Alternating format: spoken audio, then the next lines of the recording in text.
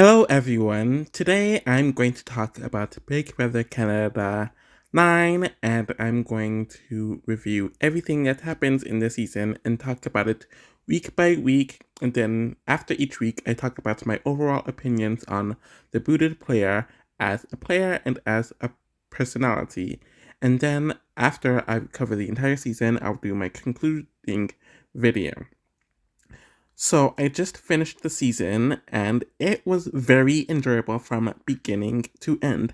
I don't remember having so much joy watching a season of Big Brother Canada during this rewatch period, and I think 5 is the closest that I felt having that uber excitement and uber investment, and I wasn't utterly bored like I was in certain portions of many of the other seasons. I think it's one of the strongest casts in Big Brother Canada history, if not the strongest cast, and I don't really think there was an outright dud, whether it's in gameplay or in personality. And I think the fact that there are 14 house guests really benefited the cast and season overall.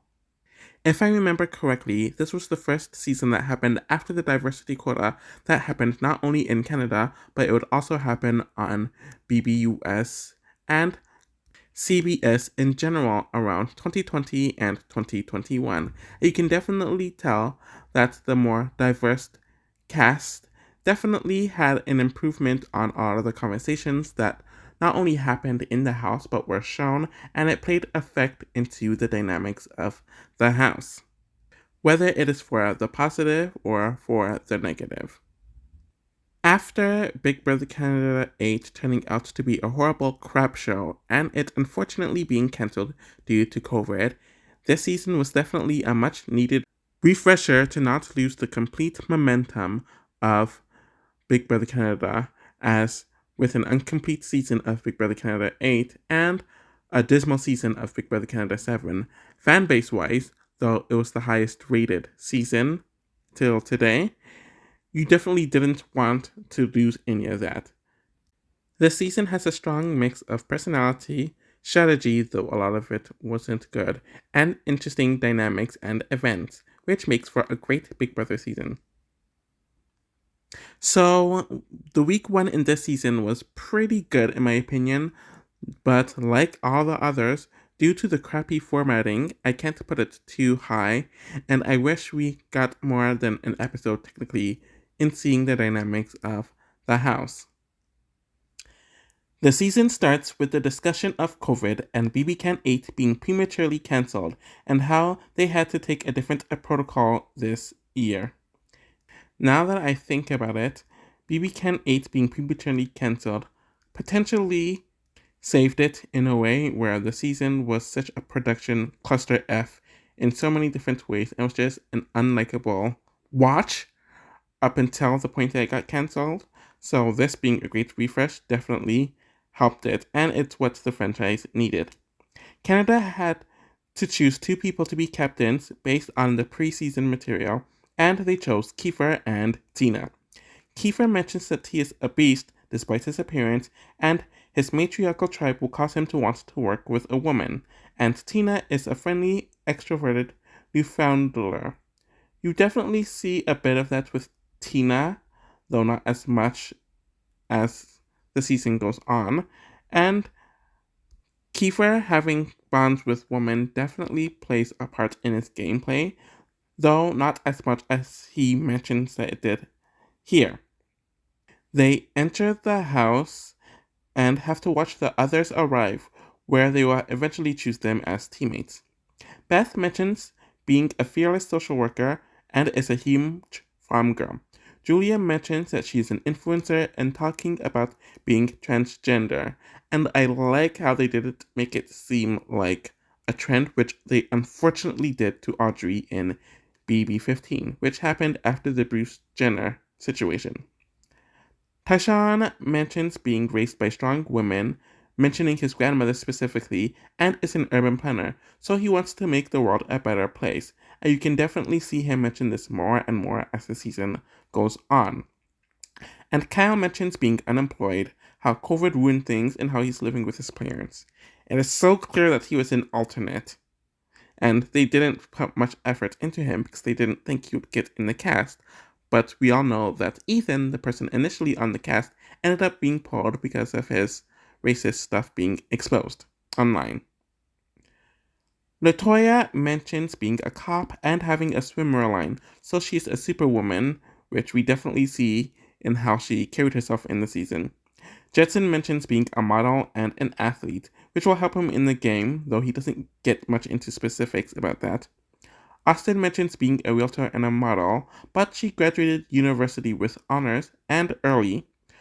Josh mentions that he is a lone wolf, gay, and single, but is a bit aloof and also has a metaphorical microchip in his head, which we clearly got a huge hint on how that would go for him here.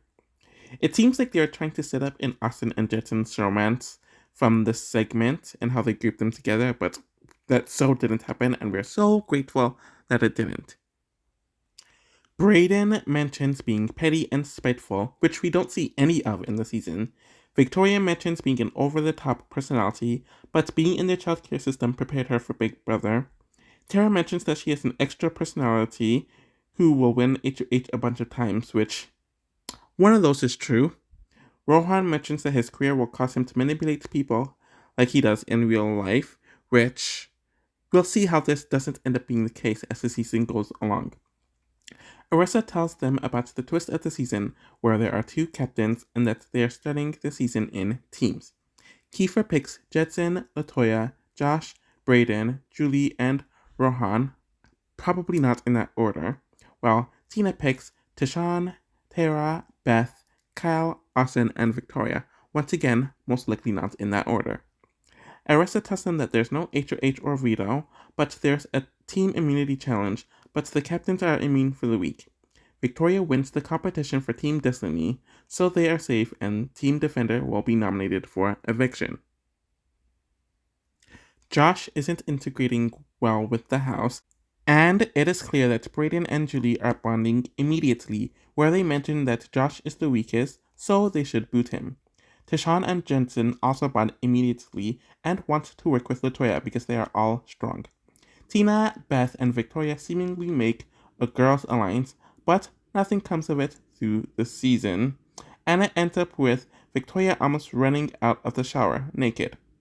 Latoya is recruited by Jetson and Tashawn, but mentions that Julie is the weakest player and also could be a threat in the future, as well as she talking too much, she being Julie. Julie, Brayden, and Austin bond and hang out, where they talk about running the house and being a bunch of dolls, and doing a bunch of faux poses in front of the BBCAN door. Team Destiny talks about who they should vote out, but no one can come to a consensus. Julie talks about her experience where she had to come out twice because she didn't know that there's a thing as being transgender, despite knowing that she was a girl when she was younger. She had to come out as gay due to this, which was a very awkward experience, and then came out again once she started transforming at 19. Brayden talks about how he never had to come out since everyone in his life knew, and Latoya comes out as being bisexual in the house, and only told her closest people in her life since she doesn't owe anyone an explanation. It's a nice moment, and it shows how 3 different people in 3 different sectors of the LGBT community handle coming out. The house guests talk about their backgrounds, and Kiefer mentions that his language is disappearing since there are only so few fluent people in his neighborhood who talks the language. Josh mentions that he is becoming a floater since everyone is clicking up and will eventually become an alliance. He speaks to Julie about how he thinks that there will be a guys' alliance and that neither wants an alpha to win, so they should boot Rohan. Julie tells a group of people that there's a boys' alliance and throws Josh under the bus for coming up with this. Latoya is weary about Julie for this exact reason, where Julie even admits that she has a big mouth. Tina and Beth talk about Josh imploding, but they should keep him. Josh talks to Julie and tells her that Latoya threw her under the bus to be the first boot. And of course, Julie tells Latoya about this, who tells Julie that she will not entertain this since it is taking her out of her element, and just walks away so she can chill in her hot tub. And Julie is definitely put off by this. Julie is evicted in an 11-2 vote. Okay, so while I don't think Julie is a good player, I definitely think she is one of the better first players. Since she did have an alliance, she was safe for most of the first week, and there's a good chance she probably isn't even nominated if it wasn't for the weird format and twist of the week where there is no HOH and literally everyone from a team can be nominated and everyone can vote. If there was 2 or 3 people on the block, which might not have been her, things could have easily been different. In general, I liked her personality and I would have loved to have seen her on the feeds at least. In my opinion, week 2 is just a continuation of week 1, but we got 3 episodes to really delve into the dynamics, and we actually had a live feed by this point in time. So it's an extension of what we would have gotten in week 1, but we just have a lot more context, and with that in mind, it's a pretty good week. Apparently, Julie threw Josh hardcore under the bus during the eviction, which wasn't shown in the last episode, and Austin feels bad about voting out Julie when she really didn't want to. Austin ends up winning HOH after LaToya made a deal with Austin, and they were the final 2 in the comp. Beth and Austin made a final 2 previously, which I forgot to mention, and are close, so she wants to go to the end with her. Very interesting at this point, since we know where Beth ends up with, and it doesn't involve Austin, at all. Kiefer is very nervous since he doesn't talk to Austin and thinks he will be nominated. We learn that Rohan and Cal are very close and are worried about Beth and Austin since they cannot read either of them, which is very ironic since we know what happens with Cal and Austin sooner than later. Austin asks Brayden and Beth about LaToya, and they mention that no one knows her target since she's a strong player and the guys are really close to her. Apparently, Beth did this a lot with LaToya, but it was never really shown on the episodes, but it was a consistent thing on the feeds. Victoria talks about her journey in the foster care system, and it's a really nice moment to see on TV. We get the start of the Beth and Tashawn showmance, and she mentions how Jed flirts with LaToya, Brayden, and Austin, and all of those pairings are very ironic for so many different reasons. As we all know that Austin ends up with Kyle, and they kind of package Jetson and Austin together. Jed did have a crush on LaToya, but she wasn't interested, and we know that Brayden ends up in something with Tashawn very late in the season. Austin speaks to Josh and Kiefer to hear their pitches, and it's clear that she isn't very receptive. She nominates Josh and Kiefer for eviction. LaToya mentions that she's in an alliance called the Sunsetters, which was formed on day 4, and it's a cross-team alliance because they know that the teams will end soon. It includes LaToya, Jetson, Tashawn, Tina, Kiefer, and Beth, which is interesting that Beth was included because we just saw Beth throw LaToya under the bus, and she isn't really feeling the alliance very much.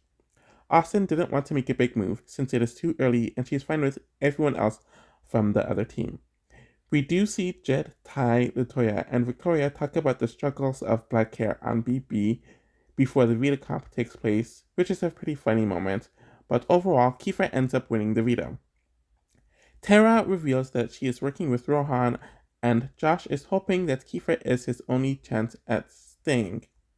Rohan speaks to Austin about the nominations, and she mentions that if she nominates Jetson, he will probably go home, which isn't the case if she nominates him, as in Rohan. Josh tries to come up with a plan to not have Rohan as a replacement, but Jetson and LaToya and Cal all talk crap about Josh in the day room about him being delusional, weird, and off. Tara tries to get Austin to put up Jetson since he's running their house, and there are clearly people from different teams who are working together. Austin has a brief conversation with Brayden about potentially backdooring LaToya since she doesn't like LaToya aligning with Jetson and Tashawn, which is such a consistent thing that happened in the house. It was a consistent statement, and I wonder why those two are always seen as so threatening. Anyways, Austin ends up nominating Rohan as a pawn once Kiefer vetoes himself. Rohan feels very comfortable with being on the block, and he mentions that Kyle, Tara, and Tina are his closest allies. They talk about how Latoya promised him before the ceremony that she has his vote to stay, but he doesn't trust her because she's close with Jetson and Tashawn. Speaking of them, we get a segment where the two of them, Beth, and some others are in the hot tub, and Jetson decides to kiss Beth since he likes her as well, and while Beth is flirting with both of the guys, she mentions in the diary room that she still prefers Ty. Apparently, he mentioned on the live feeds that he had someone that he was hoping to go back to after the game was done, so he didn't take Beth very seriously, and this would cause a change in their dynamics as the weeks go on. The Sunsetters have a conversation about how they should probably keep Josh over Rohan, where Beth and Latoya push back against the idea since she promised him her vote, and Beth mentions her relationship with Austin will end if she does it. Kiefer mentions that Jed, Ty, and Latoya are the biggest targets, and Latoya has a conversation with Tina, who is apparently her number one, that she doesn't feel comfortable with how that went down, and Tina feels like she's at the bottom of the alliance. So it doesn't really seem like Tina ever really tried to not be at the bottom of the alliance, but she kind of made a lot of assumptions. Josh speaks to Jetson and throws Rohan under the bus, and he mentions that other people, including Austin, were the ones telling him about there being a boys' alliance last week. For some idiotic reason, Jetson tries to tell the entire house about what Josh told him as he ends up hosting a house meeting, but all this ends up with Austin and Josh going back and forth about who said what, though the flashback actually supports Josh and that Austin did agree with him in their sentiment and conversation. Josh does his best to campaign to Tara, Latoya, and Tina, and Latoya took his words to heart, and from what I remembered on the feeds, Latoya pushed this until a few hours before the eviction. We do see this on the actual episode, which I didn't realize at the time, but it shows that she was trying even 30 minutes before the live vote, but she wanted to gain a few more people so the Sunsetters wouldn't be exposed. She mentions to Jed that they should make the move since she isn't afraid to do so. There's a scramble to get the votes, but Tina and Victoria shut it down, and Kiefer throws Victoria under the bus for their alliance to be hitting. It's such a sloppy move for the Sunsetters, especially Latoya. Josh is evicted on a unanimous 10-0 vote. Josh was definitely an interesting presence on the show and season, and I don't think there's ever been anyone like him to be cast on Big Brother Canada. I don't even know if there's been anyone like him on Big Brother US. He was clearly on the bottom due to a lot of his own actions, and he apparently had a meltdown earlier on in the first week, and he never really recovered from it. He would try to plot here and there, but he couldn't get anyone on his side. They saw him as delusional, and it kind of just seemed like he was throwing anything at the wall to see what stuck.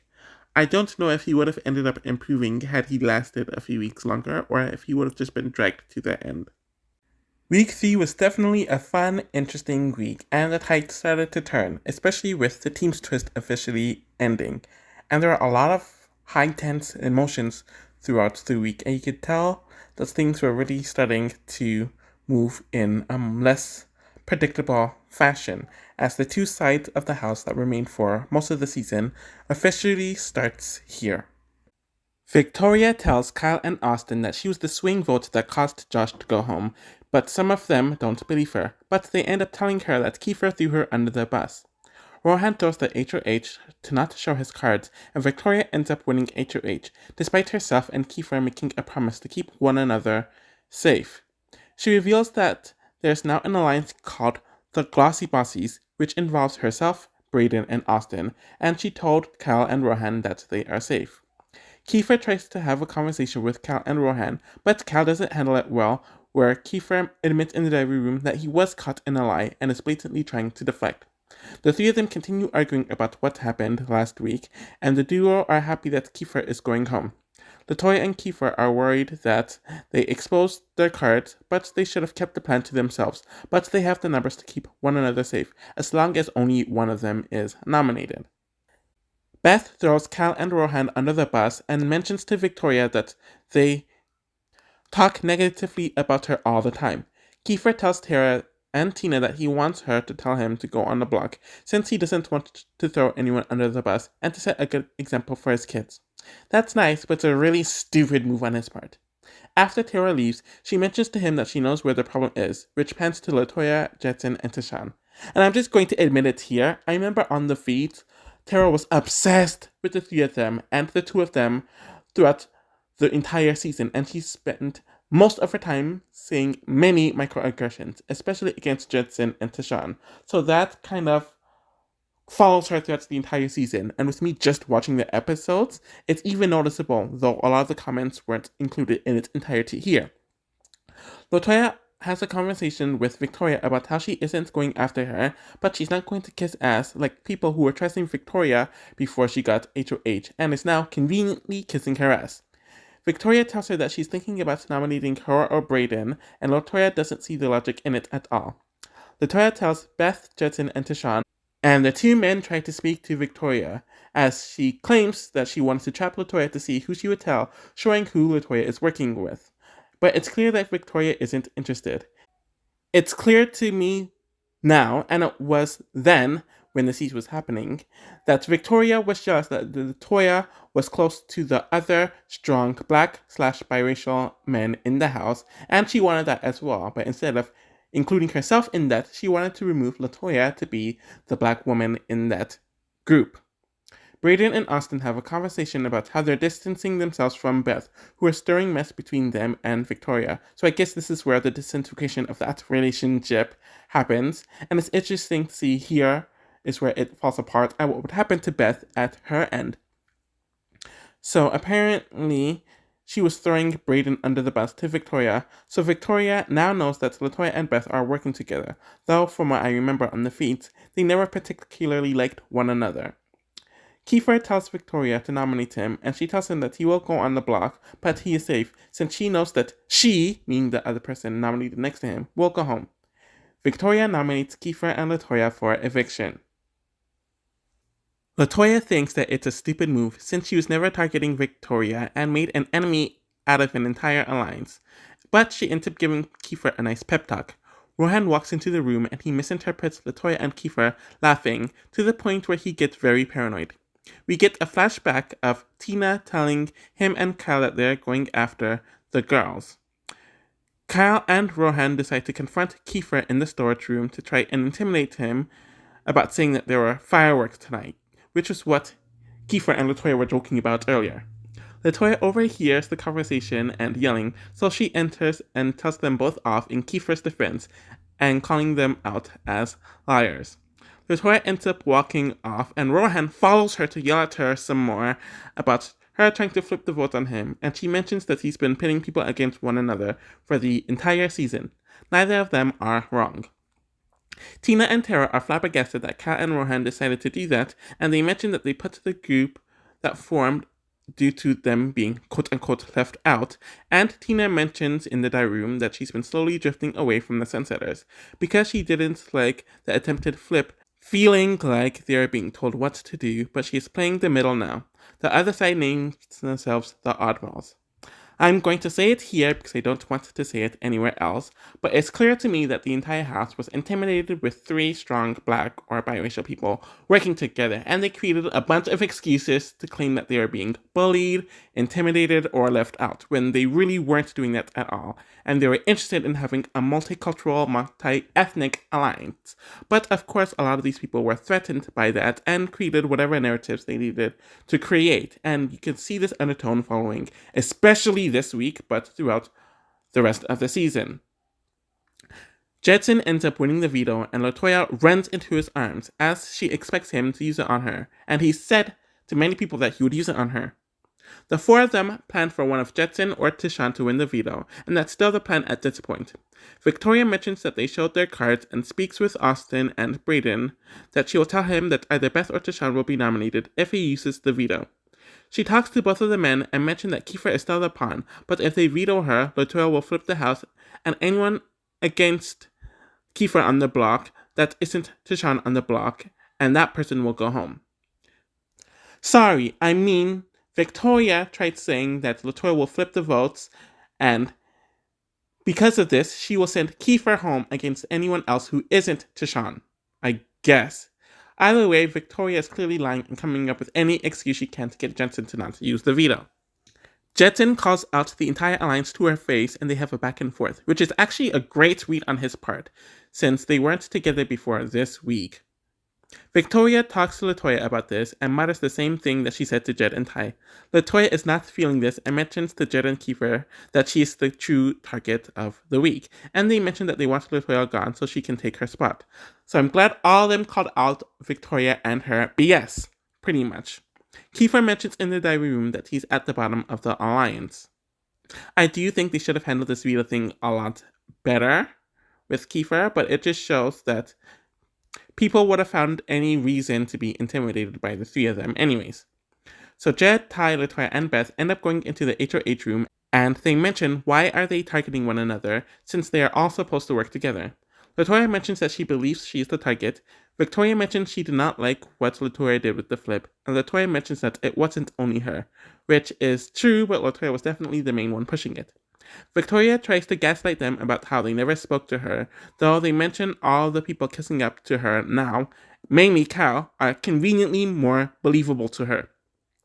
Victoria threatens that she will put Beth on the block. At the announcement of the veto ceremony is heard through the overcom. Jetson at this point doesn't use the veto, though he's clearly pissed off about it because he feels like his hands were tied. LaToya feels like she has the votes to stay in the house at this point, but Kiefer is still annoyed about Jed's speech, since it made it seem like he prioritizes LaToya over himself, which wasn't a good move on Jetson's part. Ty and Jed apologize to Kiefer, but it's clear that they would prefer LaToya to stay in the house. The group talk about targeting Victoria. The two sides of the house are sitting at opposite ends of the kitchen, and there's some more passive aggression between the two sides. LaToya and Kiefer ends up giving their own pitches to people, though LaToya mentions that she isn't going to kiss people's butts, but to have general statements on where she stands with people. Tina mentions that she's at the bottom of the alliance and is losing trust with them since she's clearly a number.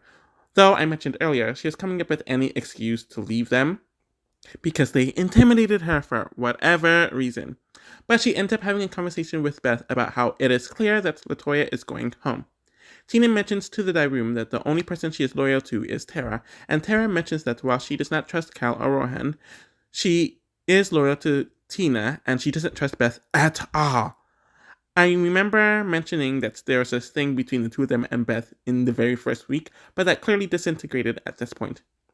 Tina reveals that she was a part of the Senators to Tara, and Tara mentions that she's just a number that they aren't afraid to lose, just like how Jed and Ty are fine with not losing Kiefer.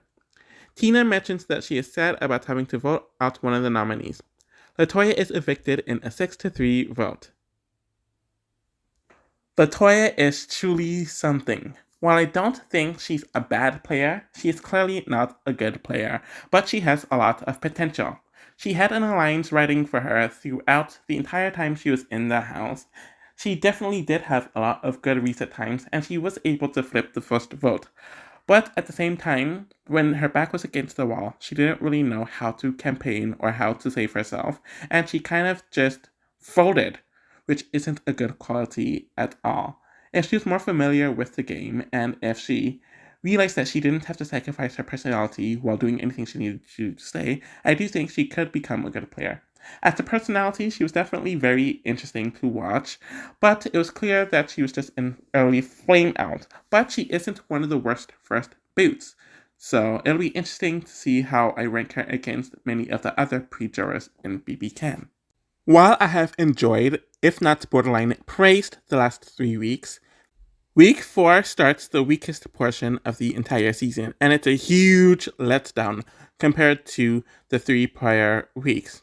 While it isn't a complete dud, and it's not one of the worst weeks in BBCAN, not much notable happens in it whatsoever, though it's still watchable. Victoria tells the guys right before the eviction that Beth told her that it would be a good resume move to take out LaToya and that Ty should be next. And Beth kinda admits that it's true, but she's not gonna give Victoria the reaction she wants, as Victoria tries to bait her into an argument.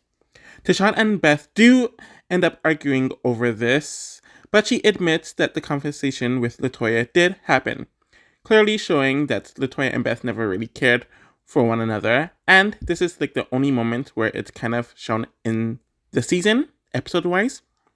Victoria ends up joining the room and argues with Beth about her telling everyone in the house to boo to LaToya. That part isn't true. Kiefer ends up winning HOH, though he and Austin make a deal to protect one another, and he tells her that Jed and Ty are targeting her.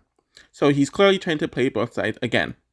The three other Sunsetters celebrate with one another, and he decides to stick with them. They tell him to not tell Victoria anything, and that the others will be like, "We saved you," but it was only because they wanted LaToya out. Victoria and Rohan talk about the same thing that the Sunsetters described a minute or two earlier. Kyle and Rohan realize that they need to throw Victoria under the bus, and they tell Judson that it was her idea to boot LaToya, but Judson doesn't buy the story at all, though it is actually kind of true. Tara and Tina tell Kiefer that both sides are very untrustworthy, and they will support him in whatever he decides, but he tells them that he doesn't trust his side that much. He tells them that he is thinking about nominating Kyle and Rohan, and they all talk about how Brayden and Austin are very hard to read. Kiefer tells Victoria that he isn't going after her, but a lot of people in the house are, but she is safe this week. He mentions in the diary room that there are a bunch of duos, which are Tina and Tara, Jed and Ty, Rohan and Kyle, and Austin and Brayden, and one of them needs to go. We get focused on the awkward triangle between Beth, Jed, and Ty, which is kind of entertaining but kind of cringeworthy, especially on Judson's part, who's just feeding over a woman who isn't interested in him as much as he and his friend, and how he's so desperate about it too is just pathetic in my opinion. Tina and Tara, especially the former, refuse to tell Rohan and Kyle anything. The threesome have a strategy talk where they mention that Austin needs to go, since she's good at competitions and would be dangerous if she lasts. Tashawn mentions this to Kiefer, but it's clear that he is stuck on Rohan and Kyle. Austin and Kyle have a conversation in the ball pit, and I guess this is the start of the showman's edit. Rohan decides to speak to Kiefer on his own, since he doesn't want to be seen as a pair with Kyle, where Kiefer pretty much rejects his apology. Kiefer nominates Kyle and Rohan for eviction. The pair are not impressed with his speech, and they are very angry that he doesn't practice what he preaches, claiming that he's playing very emotionally, and of course throw salt on Ty and Jed. The two men and Kiefer are cheering, jumping in beds, and all that because Rohan and Kyle are so pissed off. Beth and Tashawn talk about how they still want Austin up and out of the house. Kyle and Rohan hope that one of Austin or Brayden win the veto, uses it, and the other person from the four is not nominated, since they'll just need 2 more votes to stay. We have more Kyle and Austin focus, and I honestly thought this was fake at the time of the season, and I forgot about it before rewatching it, but apparently they did date after the season, though it allegedly didn't end well, and it kind of caused Kyle to be on the outs with most of the house, outside of the season. Rohan decides to start to speak to Jed, since he knows Austin will support Kyle, and the nominees want Jed to throw the veto to them. But Judson clearly isn't buying it. The two duos hope that Victoria is nominated if the veto is used, since they'll all stay against her on the block. Rohan ends up winning the veto, and they realize that in order to keep Kyle, Austin, and Brayden safe, they need to throw Victoria under the bus. But Kyle mentions that if they want him to go, they would put up Brayden. Kiefer and Ty have a talk about who should be nominated, and he tells Kiefer again that he wants Austin on the block. Kiefer tells Victoria that Kyle threw her under the bus, and several other people threw her under the bus, which saddens her, and she mentions that Austin has targeted him several times. Austin is hoping that their deal at the HOH competition remains, and it's clear from his answers that she knows that he is bullshitting her. Rohan vetoes himself, and Kiefer nominates Austin as a replacement. Kyle decides to snap right after the ceremony, since he broke his promise to Austin. For some reason, Victoria decides to get involved and lashes out at Kyle for him throwing her under the bus the entire week, despite her protecting his closest ally last week and the week before. Kiefer forms an official alliance with Tara and Tina. Victoria goes off on Rohan and Kyle again, but they should have done quickly and mentioned that Jed and Ty told them that it was not her idea to go after LaToya, and that they're going to throw it. But their, meaning Jed and Beth's performance in the comp, showed that they lied. She doesn't care and admits in the diary room that she's trying to be a floater.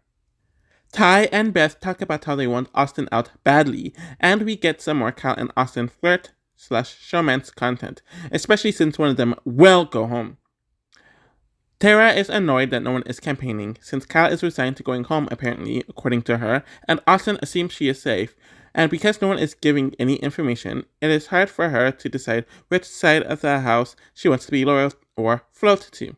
Since it is so close to eviction time, Tara campaigns to Kiefer about how they should keep Cal because he will target the boys, and she is really annoyed that Austin doesn't talk game, and she as well as Brayden are hard to read. Tara causes some mess with Rohan with stating that a lot of people feel annoyed that Austin isn't talking game and is feeling safe, and he mentions that they should get their votes to keep Cal. Austin doesn't campaign, and Cal campaigns to Jed and Ty about how they need someone to take out Kiefer, who is waiting until jury to take them out. Cal is evicted in a 7-1 vote. It is so clear why Cal was an alternate after watching the season.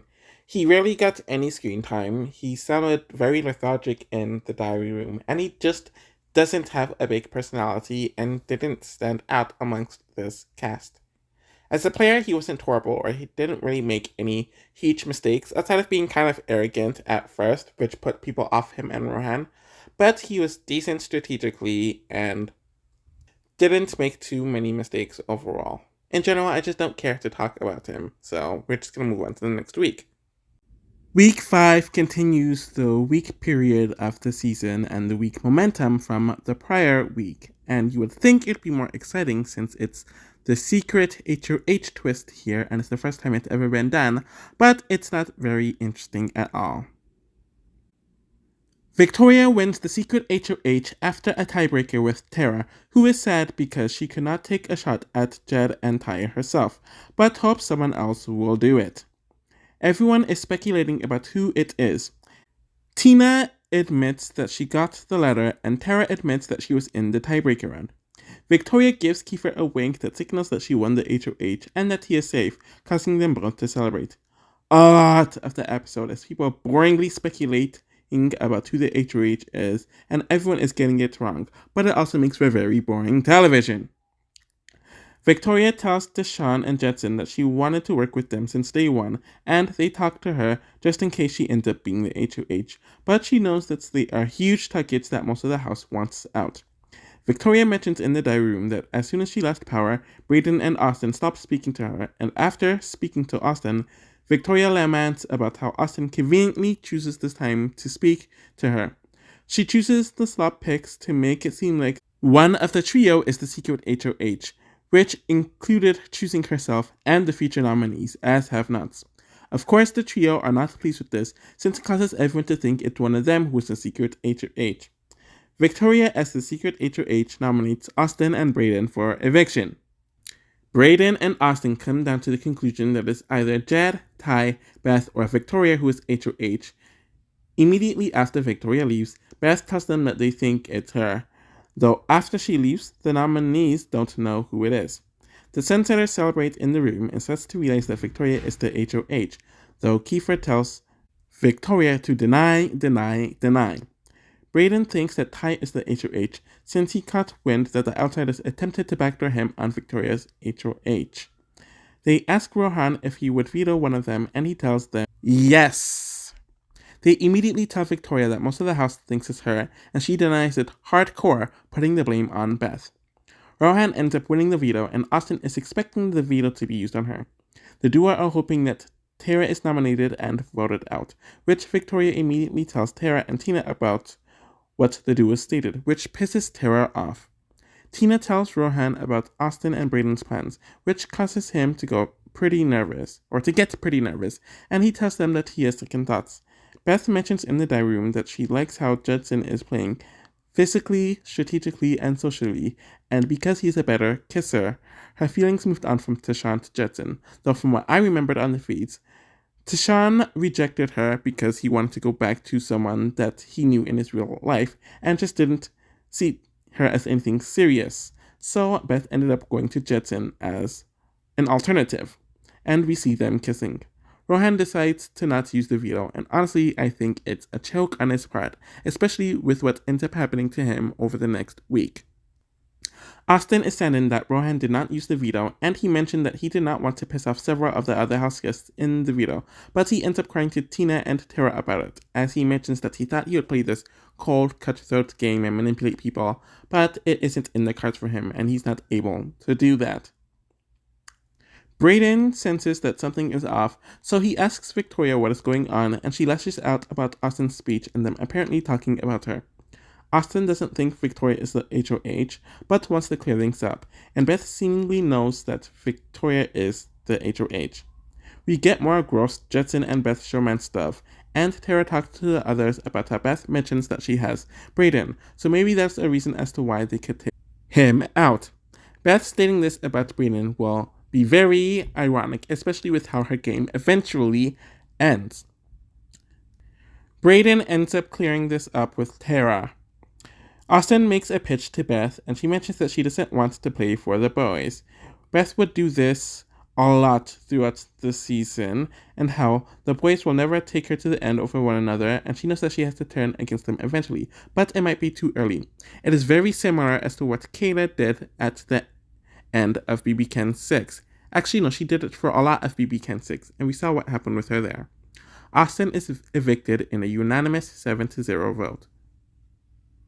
Austin was definitely disappointing as a player, as she was way too passive throughout the season, though I don't think she was a blindless person like Estefania, who didn't want to do anything. Austin did mention that a lot of the times she intentionally played passively and wanted to go with the house, but she did want to take big shots at people, and she did have a fiery personality, unlike someone like an Estefania, so it made her more enjoyable to watch, and I didn't find her to be very catty.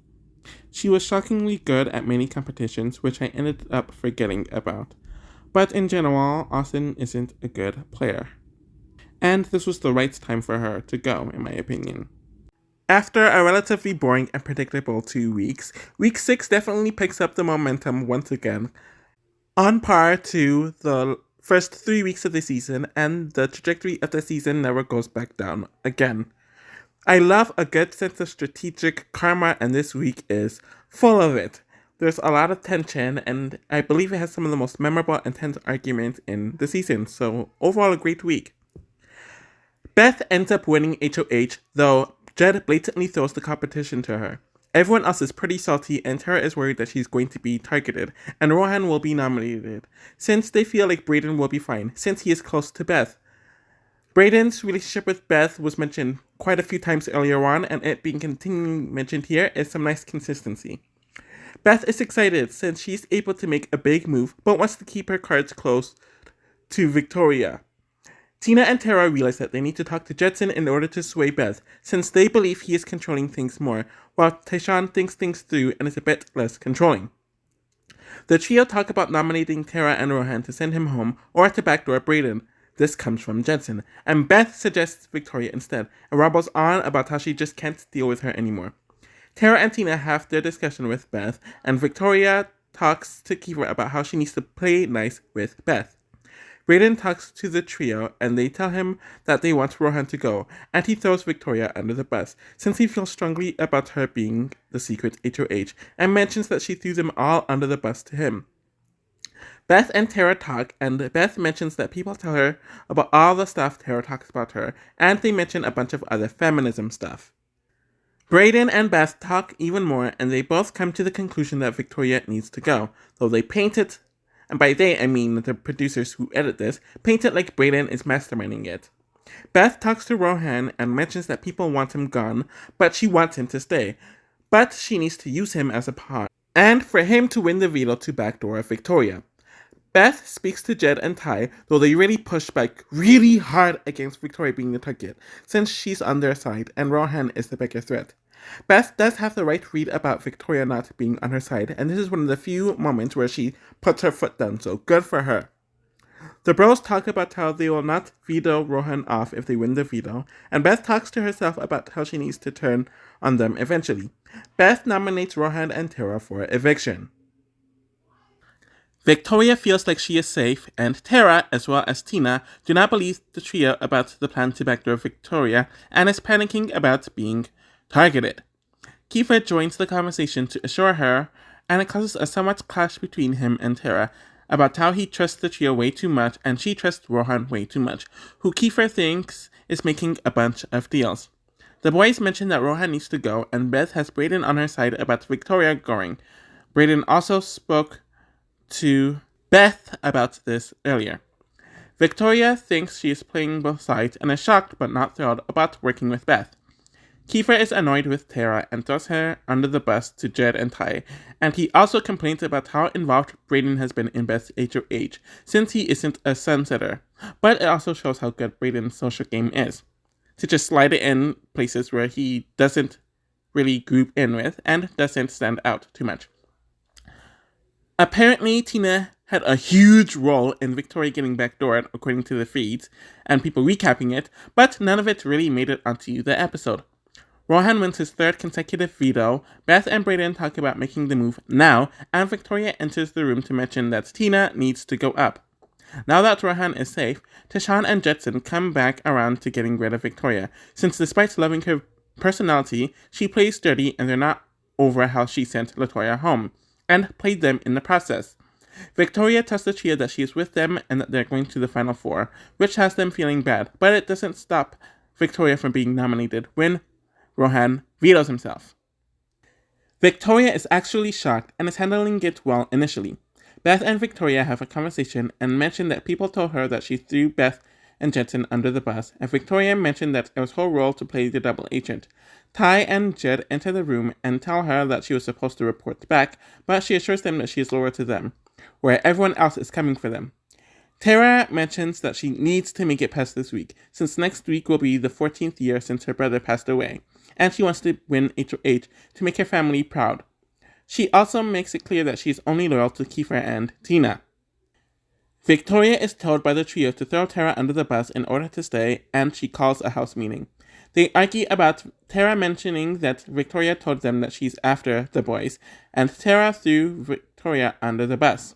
Rohan starts arguing with Victoria about a conversation that happened last night and also trying to flip the votes to keep Austin last week, which he admits is true, but he claims it was misrepresented, over Brayden.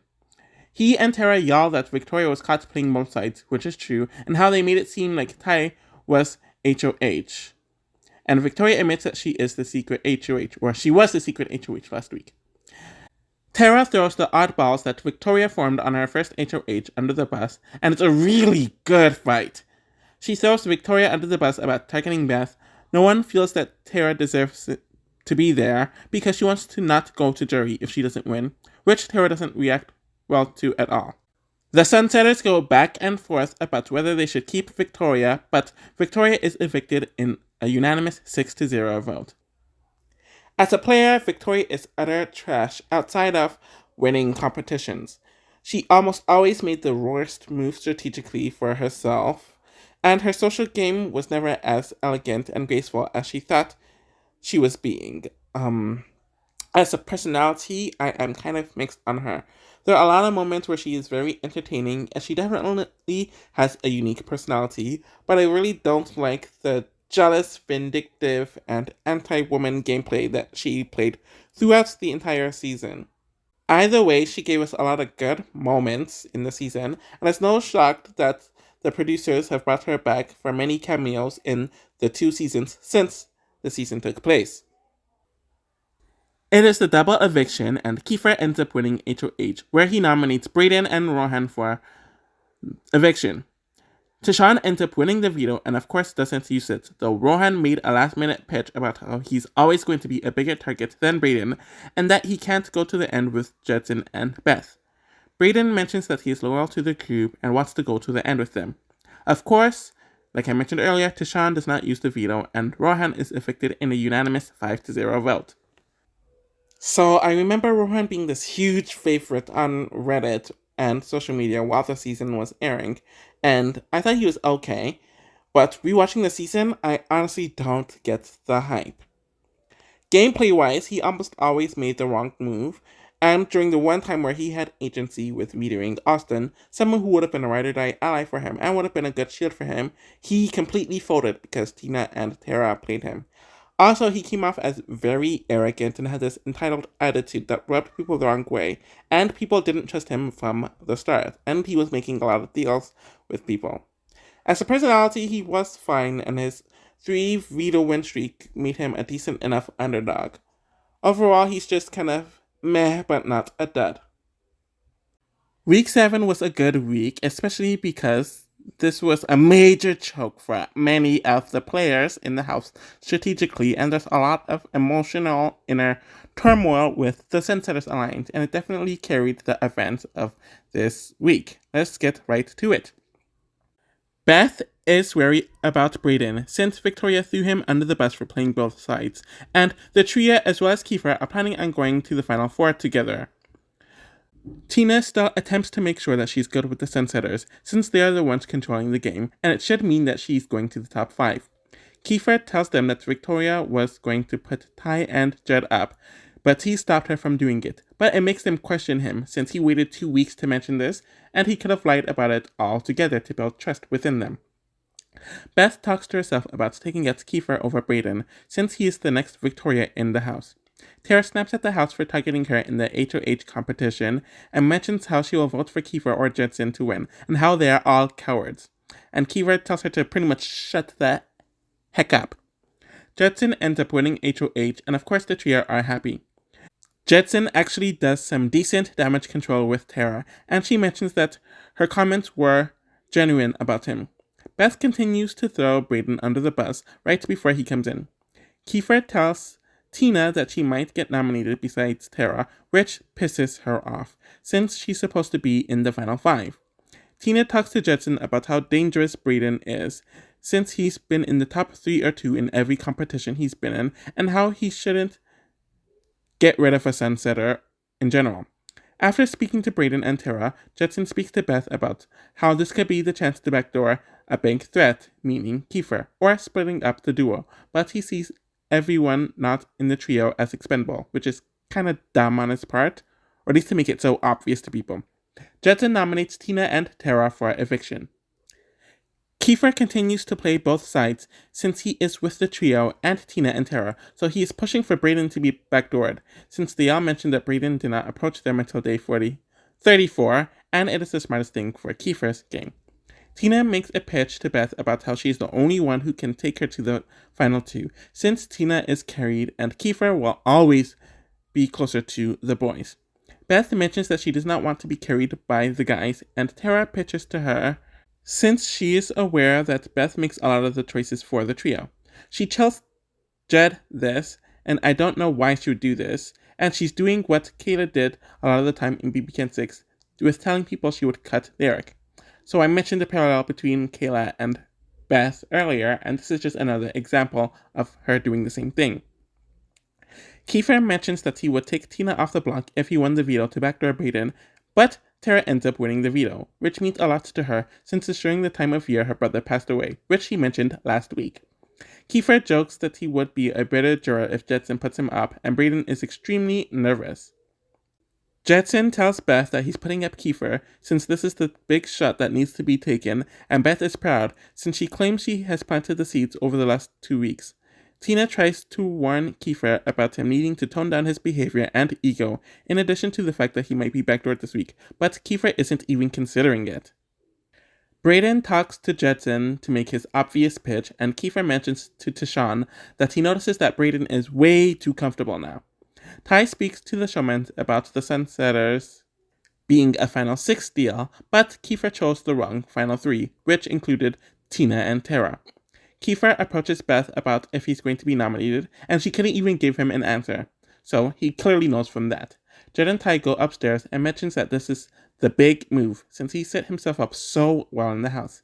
Kiefer mentions that he would have never done this to them, and it's a somewhat heartfelt moment, since he's more sad than upset.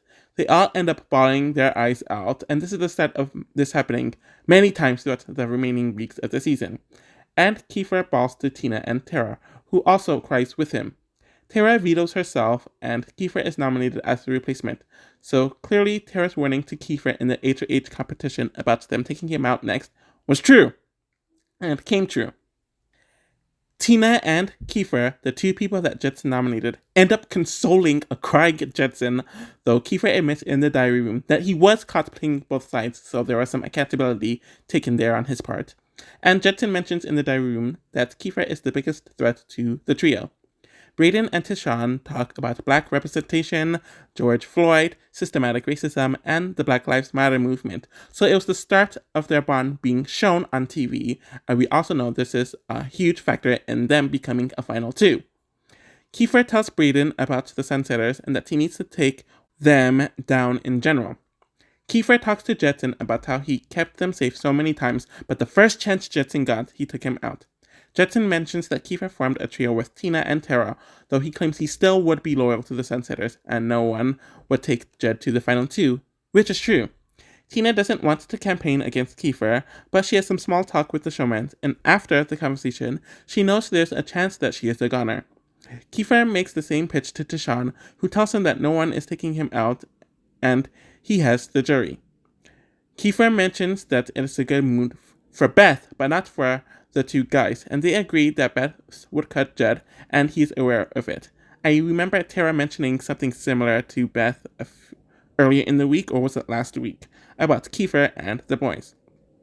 Tishon talks to the showman about how their goal was to break up a trio, but sending Tina home breaks up a trio and a duo, and Tina snaked them from very early on, and I'm sure they're referring to the Josh vote and them being abandoned by her during the Latoya week. The three guys have a separate conversation where they mention that they're going to keep him in the house. Beth is annoyed that Jed told Kiefer that, since she rambles on about how it's yet another Jed and Ty move, and how it's another example of how they get credit for things that she has to help them through. Tina ends up being evicted in a 3-1 vote. I would say out of the cast, Tina is arguably one of the two duds in the cast, though she was pretty good gameplay-wise when she did play, but most of that didn't even make it onto the television show, since she was well-positioned for most of the time in the house, and she kind of went home under a weird circumstance. But as a personality, she just was very boring, didn't offer much. And she should have pretended to be with the Sunsetters a bit more after the first 2 weeks, and I think her just lumping herself in with Tara as the season went on was just not a good move. I feel like each Big Brother season has a definitive week, and for Big Brother Canada 9, that is definitely week 8, with the big blind side of the season happening and the big move of the season happening here, where the Sunsetters finally turn on one another, and it isn't a smokescreen like it was in the prior week. Tara ends up winning HOH, and everyone is shocked, especially the Sauce, which is the name of the trio, showmans, or the throuple. Kiefer is thrilled because he had a conversation with Tara hours before the eviction where they and Braden agreed to take down the Sauce. The three of them enter the storage room and make an official final three. Jetson and Beth are trying to convince themselves that they are safe, and Tasha knows that they are in serious danger. They surmise that as long as one of them are on the block, the other two can control the vote. I forgot to mention, and I didn't even realize it at the time, that none of them have been nominated for eviction at this point throughout the entire season. But they don't realize that Tara can hear everything that they are saying and them calling her a floater, but she has more wins than Ty and Beth at this point and ties with Jed in comp wins. Beth and Jetson talk by themselves and realize that they have to do anything it takes to make it to the final 5. But Beth comes up with a plan that she's going to vote out one of them, or that's what she's going to tell them, but it is a ruse, and they all send Tara out at the final 5. Beth has the conversation with Tara and does exactly what she told Jed she was going to do.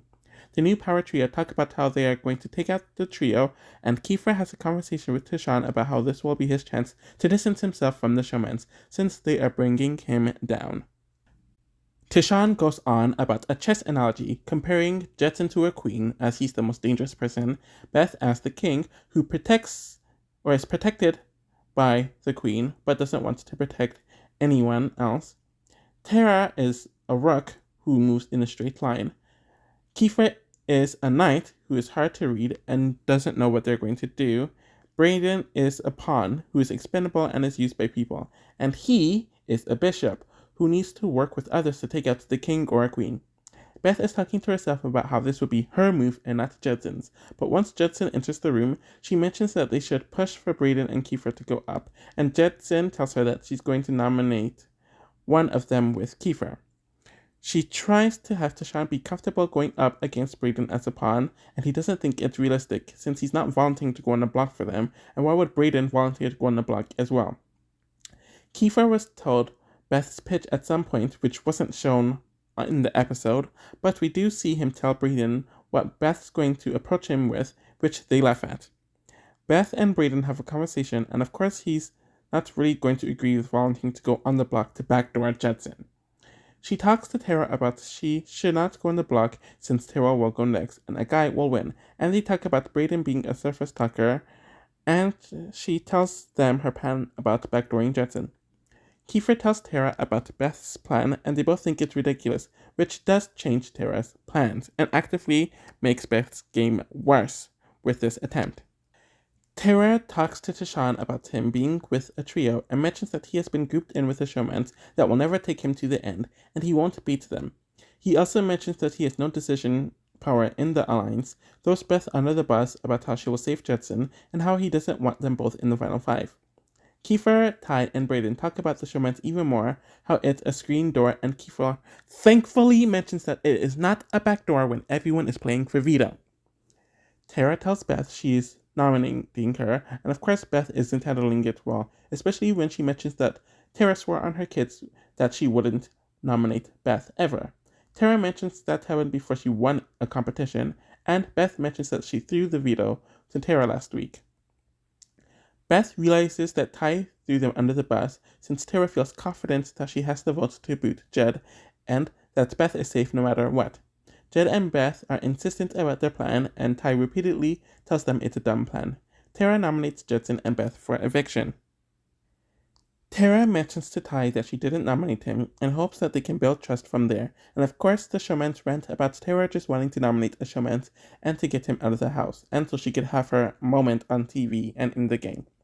Beth is hoping that Tashawn wins veto, since it will mean that the trio are going to make it through the entire week, but he mumbles after she leaves that he cannot wait for her to go home. Tara attempts to make up with Beth, since she needs her to stay safe and to not go home. Judson ends up winning the veto, which ruins the plans for everyone in the house. Everyone realizes that they're going to have to get rid of Beth this week, and that it will be hard to get him out. Kiefer talks to Judson to pretend to be happy for him, and Judson wants them to pitch for Brayden to go up. Kiefer goes to Tara and tells her that they're going to push for Brayden to go up, and that she should put up Ty. Kiefer talks to Tashawn and Brayden in the bedroom about convincing Judson to veto Beth, and that Brayden will be put up, so they will blindside Judson. Tara is told this, and she is very happy, since she has wanted Judson gone since week 2. Tara talks to Beth that she wants her to stay, and tells her to get Judson to use the veto on her, since it will cause Brayden to go home. Beth talks to Judson about the plan, and Tara talks to them both about not wanting to be the only woman in the house left, and doesn't want Beth to go, so the only person to be put her up against that would stay would be Brayden. She mentions that Ty would vote Beth out, and that he thinks Jed would choose Beth over Ty, but Judson doesn't know if he believes this. He starts getting really hyped about using the veto on her, and thinking that he's going to make this huge move. Tashawn talks to the showman after Tara leaves and decides to play his part in the ruse. Kiefer joins them and really props up the idea that Jed vetoing Beth might be the only way they all stay. Judson starts talking himself up even more about making the move after speaking to Tara, and he does use the veto on Beth. Tara nominates Brayden as the replacement nominee. Everyone is excited about what happened at the ceremony, but for completely different reasons. Beth is happy because she is safe. Judson thinks he made this big move, and everyone else is happy because Judson made one of the dumbest moves in the franchise. Beth mentions that Judson is not safe, and Brayden uses this as an opportunity to campaign, since he knows Beth is insecure about being seen as inferior to Judson. Judson talks about how it would hurt him if he goes this week, especially after what he did for the Alliance, and Tashawn is apparently struggling with sending him home now. Beth is worried about how close Brayden and Tashawn are getting, which has been happening a lot in the last few weeks on the feeds at this point, and though she wants Judson to stay, she wants to be a part of the flip if it is happening. She has a conversation with Tishawn about what is happening and how she would be down with it since he's the biggest threat. Beth talks to Judson and tells him that there's a good chance that he is going home and that Tishawn is lying to him, as there are a few other people behind it. Jed starts crying to Ty about how he's worried about what's happening and how he wants to get there with his alliance. The Showmans have a conversation where they state that they might not tell them if he's going, but to prepare for it, and Beth ends up crying her eyes out. We see a last-minute pitch from Judson about how he's been loyal and he cannot believe they're doing this and it's personal. They mention that winning the money means more to them than it does to him, and that he's promised his loyalty to everyone. They start arguing even more before Judson leaves, and Beth and Ty end up crying in one another's arms at the end of it. Judson is evicted in a 3-0 unanimous vote, and everyone is a complete crying mess. Just from this rewatch, Judson actually came off better as a player than I remembered, though he made his fair share of mistakes, which includes holding that house meeting in week 2 for absolutely no reason, which just painted a bigger target on him. And he wasn't strategically incompetent like how I remembered. He actually had a good BS radar for a majority of the season, and he had a lot of the right ideas a lot of the time. I think his main issue is that he came off as such a big personality and such an overbearing presence, where he became the shield for everyone, and as the season went along, he just became way indecisive with every decision he made, and he really blew it with his HOH. As if he was going to take a shot at Kiefer, he should have done it, or not done it at all and not put him up. But because he tried to do both, it just kind of threw in that his word wasn't good, and he was completely blindsided by his alliance, where he used the veto on Beth. I know Brendan and Evil Dick did that, but at least they had real relationships with these people outside of the house, as Brendan used the veto on his fiancée and Evil Dick used it on his daughter. There's no reason why Judson did this, and I think he suffered from big move-itis as well. As a personality, he was definitely more entertaining than I remembered and has a lot of charm. It was easy to kind of laugh at him, and he was very himbo-like at various points in the season. Overall, he is one of the more standout and enjoyable people in the season. It is a double eviction, or a fake double, and Tishawn ends up winning the HOH and nominates Tara and Beth for eviction. Brayden ends up winning the veto and does not use it after talking to Tishawn about it, since he thinks he can beat Tara. Kiefer and even Brayden were leading towards evicting Beth, but Tishawn put his foot down. Tara tells Beth that it was Kiefer's idea to blindside Johnson, and she ended up being evicted in a unanimous 2-0 vote. Of course, since it's a fake double eviction, Tara and Judson are stuck in the HOH room, and she balls in his arms, though she tells him that Kiefer and Tishawn planned everything about his boot, and it took Beth 3 hours to flip on him, so if he goes back, none of them are loyal to him and can be trusted. Now it's time to talk about Tara, and I've made it clear earlier on that I didn't appreciate many of her comments and her actions in the live feeds. And I do think she was very blinded and laser focused on Judson and Tishawn the entire season, to her detriment, since it caused her to miss a lot of what was going on. She tried to push for a lot of things, and she definitely tried to be active throughout the game, so I'll give her that. But what she wanted almost never happened, and she made a horrible move in putting up Brayden on her HOH, but luckily it didn't backfire. She definitely has personality and is fiery, so she definitely stands out compared to a lot of the other people on her side. As a game player, though, there's really nothing good to talk about, but since we're not done with her, I'll definitely have some more to say. Week 9 is definitely an aftermath week more than a week of its own merits, but I still think it's a pretty good week, especially since you deal with the aftermath of the fake double eviction, which is something that's never happened before, and everyone's just annoyed that they have to redo the final 5 over again, and it comes up with some interesting results. Tara ends up winning her way back into the house, and they all predict that she told Judson everything.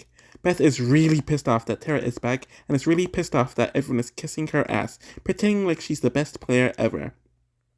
Beth snaps at Tishawn for kissing her ass, and they ask Tara if she told him everything, and she mentions that she told him nothing, so she's lying. Everyone but Beth enters the storage room and chants about Beth knowing that she's going to be out next. Ty and Beth end up having a conversation about how he might not be able to help her, and what and she asks what happened with them. He tells her about the final two with Jed, but as the showmatch happened, Jedson leaned towards Beth. She asks him if he knew when the veto was used, if he was voting Jedson out, which he lies about. We get more talk about Braden and Tashawn getting closer to one another over the last month. Braden ends up winning HOH. Kiefer is worried that he's going to be nominated since despite their good working relationship over the last few weeks, he nominated Braden as a pawn during the double, and Beth is pissed off that floater Braden is in control of her fate, which is ironic because they were friends for the first few weeks of the season and she would tell everyone about it.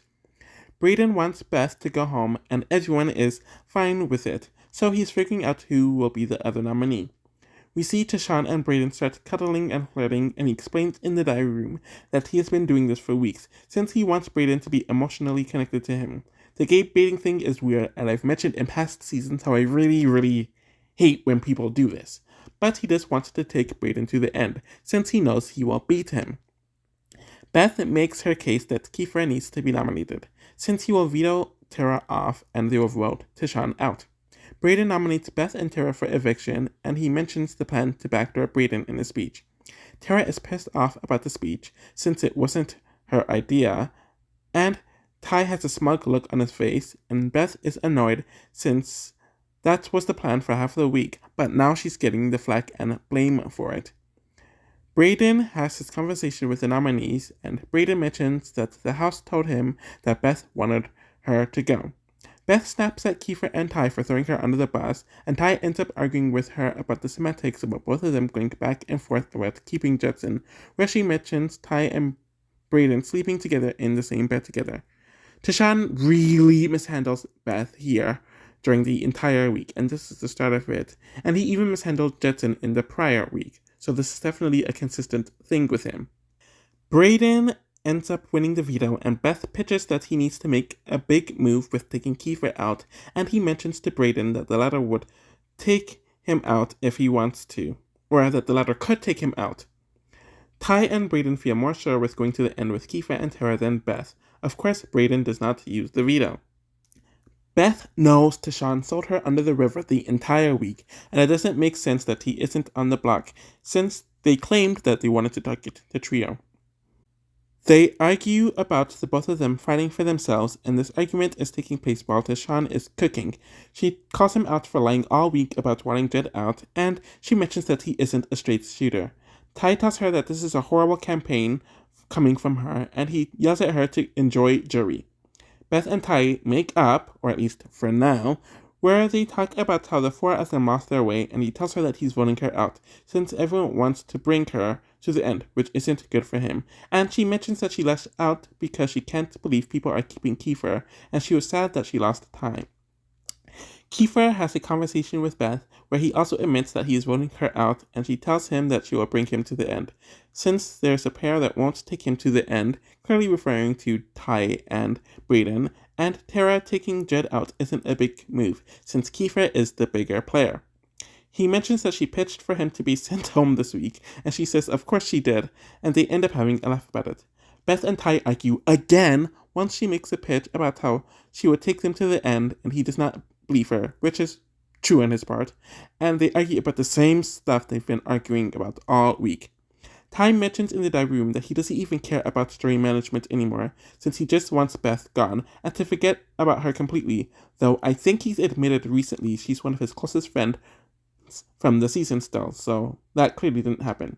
Beth is voted out in a unanimous 2-0 vote, and she mentions that her biggest regret was keeping Kiefer. I actually ended up enjoying Beth a lot during this rewatch, as she was just agent of chaos and she really was playing the game. While she wasn't doing everything correctly, at least she had the balls to do what she wanted, and I really liked how she used her HOH reign. But she kept on telling everyone that she was going to cut the guys, and while it didn't make sense for her to do so, it just made her look more weak, and it showed the house guests her insecurities. At the same time, she wasn't great socially, though I think she had a chance to win, and as a player, she's just very all over the place. Overall, she brought a lot to the season. So like usual, week 10s are always very standard weeks, but I found this final week of BBCAN9 to be even more standard than the past final weeks in BB seasons. I'm not even going to waste much time. Tashawn kind of admits that Beth was right about what she was saying to Brayden the night before the eviction, but he claims that he did a lot of damage control with Brayden. Brayden feels good since he had no cup wins a week and a half ago and now has 3, and Kiefer feels like he's the final big target left in the house. Tashawn ends up winning the final 4 at HOH, and Kiefer feels like he should go home if the other house guests had any sense, and Tara also knows that she will be nominated. Of course, Kiefer makes his pitch to Tashawn, who doesn't even hide that he is targeting him this week. Tara and Brayden have a talk about how Kiefer needs to go and how people will say that they started playing at the end. Tara is buttering Brayden up about Tashawn, so they keep her. Tashawn nominates Tara and Kiefer for eviction. Tara ends up winning the final veto of the season, and she's struggling with the decision since she doesn't know if cutting Kiefer will be a good decision, and she doesn't know if he will cut her at the end, and if Brayden will cut Tashawn at the end. Tara talks to Tashawn, and he tells her that he will take her to the end, but he doesn't want to outright tell her to vote out Kiefer. But when she bluntly asks him, he does mention that Kiefer needs to go.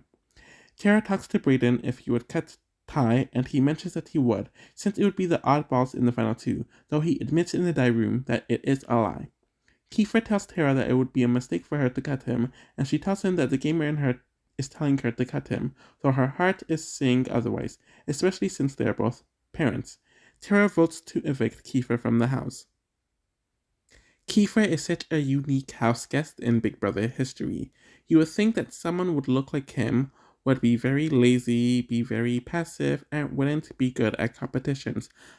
But he was very surprising with how many competitions he won and did well in, and how he was the better strategic and social player of the season. Though he definitely has way too big of an ego, and that definitely hindered his game at various points throughout the season. Overall, he was definitely a more enjoyable presence, though I remember a subsection of the online community really hating him because he didn't care for Rohan at all. Overall, Kiefer is definitely a standout of the season and made it a lot better, where I think it would have been a lot more boring without him being a part of it. Brayden ends up winning part 1 of the final HOH competition, and Tashawn wins part 2 of the final HOH competition. Tashawn ends up winning the final HOH comp and evicts Tara, where he mentions that he wants an all-black final 2. I already talked about Tara earlier, so I'm not going to ramble on about her much here. I do think her cutting Kiefer was a poor decision, and I feel like the contrived fake double gave her more respect in the game that would have not been there without it, causing her to be a big threat in the game, though it wasn't due to much of anything she did. Victoria asks Ty about how he thinks he has Victoria and her vote, but she asks why when he did her dirty just like he did everyone else. He mentions that the veto that he won to take Rohan out was for her, and he mentions that the cards fell that way, which is clearly a BS answer. Rohan asks Brayden that Ty used him, and if Brayden thinks it's true, Brayden mentions that he had to up his social and strategic game after Austin left, and Ty was the one who ended up being a shield for him. Tina asks Ty what moves did he made within the first 55 days in the house, within the Sunsetters, that were his own and not the Showmance's, and Ty mentions that he was not a third wheel since he used them to be shields to be loud, boisterous personalities, and mentions that he influenced them in getting Kyle out with Kiefer. He then mentions getting Jed out, which wasn't a part of the first 55 days, so he kind of just talked around Tina's question.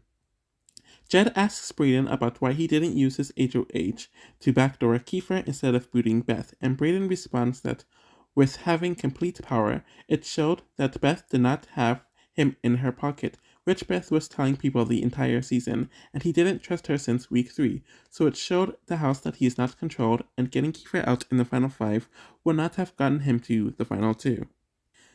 Beth asks Ty that he mentioned that he told her all season that jury management isn't important, and that he lost her vote once he told her to enjoy jury, so she asks him why she should vote for him.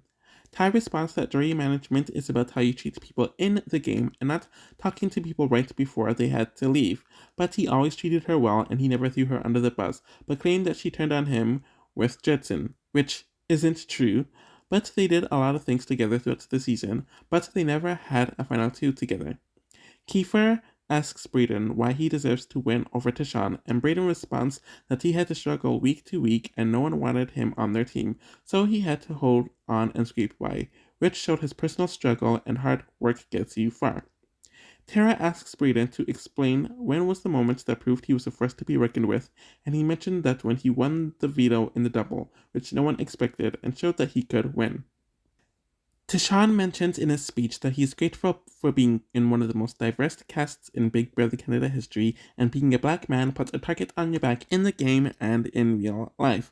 But he wanted to be in an alliance with people who made big moves, and mentioned that Kiefer and Victoria, the people who took out Kyle and Austin, made that move because he helped influence them, and also mentions cutting Jed. Brayden mentioned being dynamic and well-liked while being underestimated by underplaying his strengths, throwing competitions, and making strong relationships with people. He mentioned being shieldless after Austin left and having to balance different personalities and being nominated 5 times this season while never receiving a vote against him while playing a clean game. Arista cuts them both off in the final speeches, which I just found hilarious. Tashawn wins the season in a 6-1 vote. Brayden as a personality was just okay, in my opinion. He went under the radar, and while he definitely had personality, he wasn't the biggest standout. But once you saw more of him as the season went on, he became more likable, and you kind of got why people liked him in the house, and why he was able to go under the radar. As a player, I definitely think he's one of the better ones. As he goes under the radar, he's very social, and his more understated, simplistic strategy works for him, though he was definitely distracted by Austin in the first half of the season. I just think that with the cast he was in, they were always wanted to reward someone who made moves and were bigger personalities. But his somewhat floater strategy at the second half and being calm would have him do well in most seasons. Tashawn was definitely a likable guy, and to some was a very obvious winner pick. I really liked his dynamics with a lot of the house guests throughout the season, and he definitely started coming out of his shell more and more in the second half of the season. And while he was a target and definitely relied on his side winning a lot of the HOH competitions, he didn't make as many mistakes as Jetson and wasn't seen as the outright leader in comparison.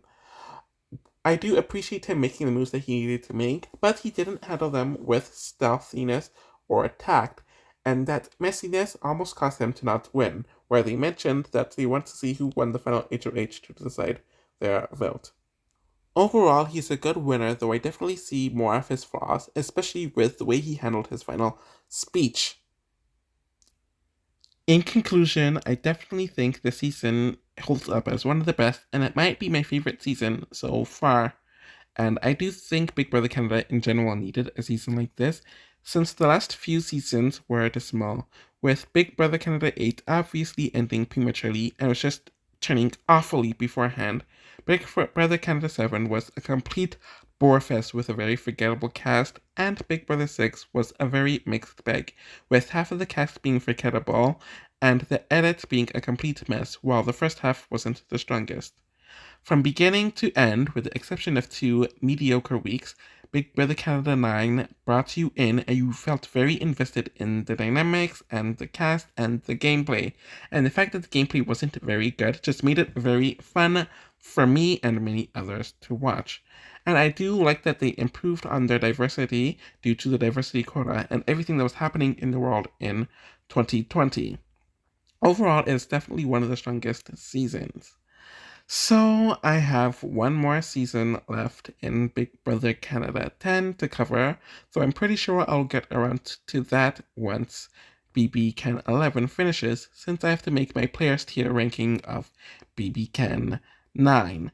And obviously, by the time I finish that and the BBCAN 10 videos, BBCAN 11 will be finished by then. Hopefully there'll be a lot more exit interviews so we could get more context and fill in the holes by the time I get to the BBCAN 11.